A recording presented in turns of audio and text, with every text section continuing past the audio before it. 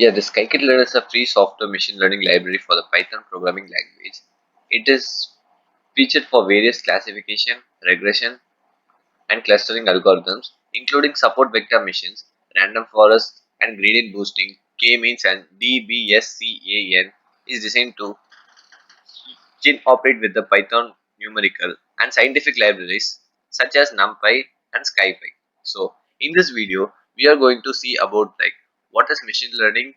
Uh, what is machine learning algorithm which is used in SciKit Learn, and how can we train using this SciKit Learn. So let's start.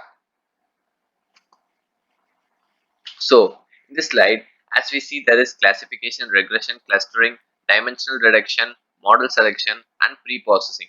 Actually, these are the several steps or classes, like whatever we can say. These are several steps or like several divisions which is available in the SciKit Learn. Which these are the separate divisions where the SciKit Learn will work differently according to that. So from the beginning, it is simple and an efficient tool for data mining, accessible to everybody, and it's reusable. Built on NumPy, SciPy, and Matplotlib. Open source, like Scikit-learn is an open source library and commercially usable. So moving on to first, what is classification? Identifying to which set of categories a new observation belongs to. So that is what applications such as this spam detection and image recognition. So there are several algorithms available in the scikit-learn library, such as support vector machine, nearest neighbor, and like this random forest. All those examples for this classification. And second, we come to this regression part. So what is regression part? Like predicting a continuous value for a new example, such as this application will be like drug response and like predicting the stock prices. So the algorithms which are used in the scikit-learn will be like same as this support vector machine, ridge regression, and this lasso okay. Then third we come to this clustering. So what is clustering? Actually, this is an unsupervised machine learning. So like according to automatic grouping of similar objects into sets. Application will be the customer segmentation, group experiments, outcomes. So these algorithms will be k-means, spectral clustering, and mean shift. And the bottom three classes or divisions will be like based on dimensionality, reduction, model selection, and pre-processing. Actually, these three are not the training. Like these are the part of a training sets.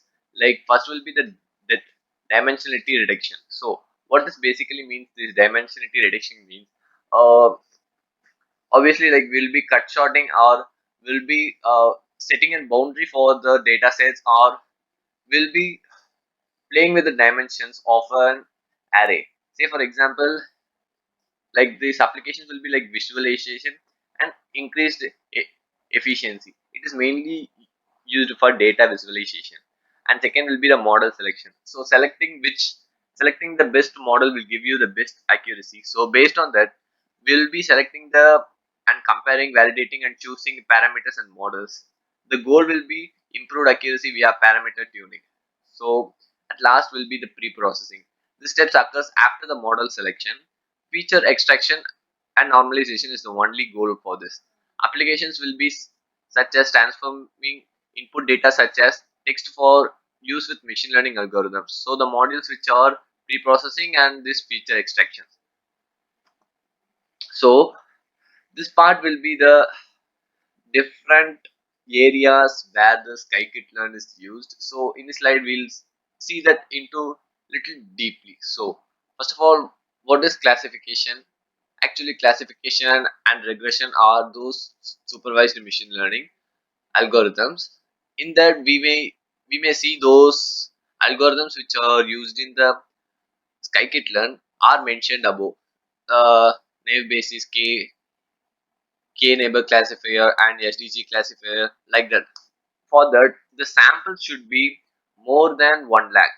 So if the sample has been more than 1 lakh, and if we are using classification, so these are those algorithms which we use via scikit-learn. And this is also an scikit-learn algorithm cheat sheet where we start and where we decide like what part of the program is been belonging to, and like what should be the algorithms should be used in this type of program, like that. So say for example, if we start the program and the samples will be less than 50, means we need to get more data for training our data sets. And if it is, yes, it is more than 50 sample, means like we need to predict the category whether it is labeled or an unlabeled data. If it is labeled, like we can go for clustering, or if it is no, means we'll go for clustering. Okay, so uh, if the label data is no, means like we will be going to clustering. So number of categories known, obviously if it is greater than 10,000 sample, means like we may go for k means clustering. And if it is not working, means we may also use this spectral clustering.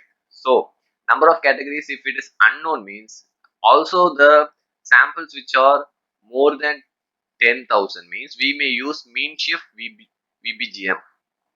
Okay, then if the fault occurs in this predicting category, if it says no, so the next step will be of predicting the quantity.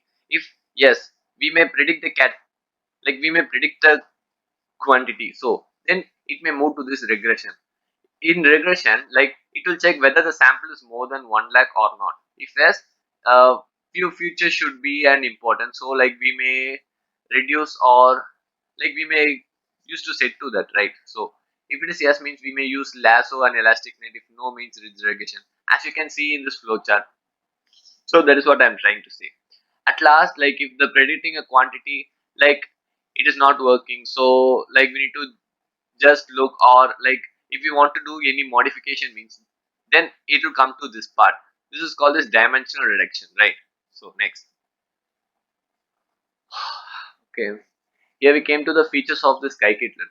Rather than focusing on loading, manipulating and summarizing data, SciKit Learn library is focused on modeling the data. Some of the most popular groups of the model provided are SciKit Learn, like supervised learning. Almost all the popular supervised learning algorithms in linear regression, SVM, decision tree as part of SciKit Learn.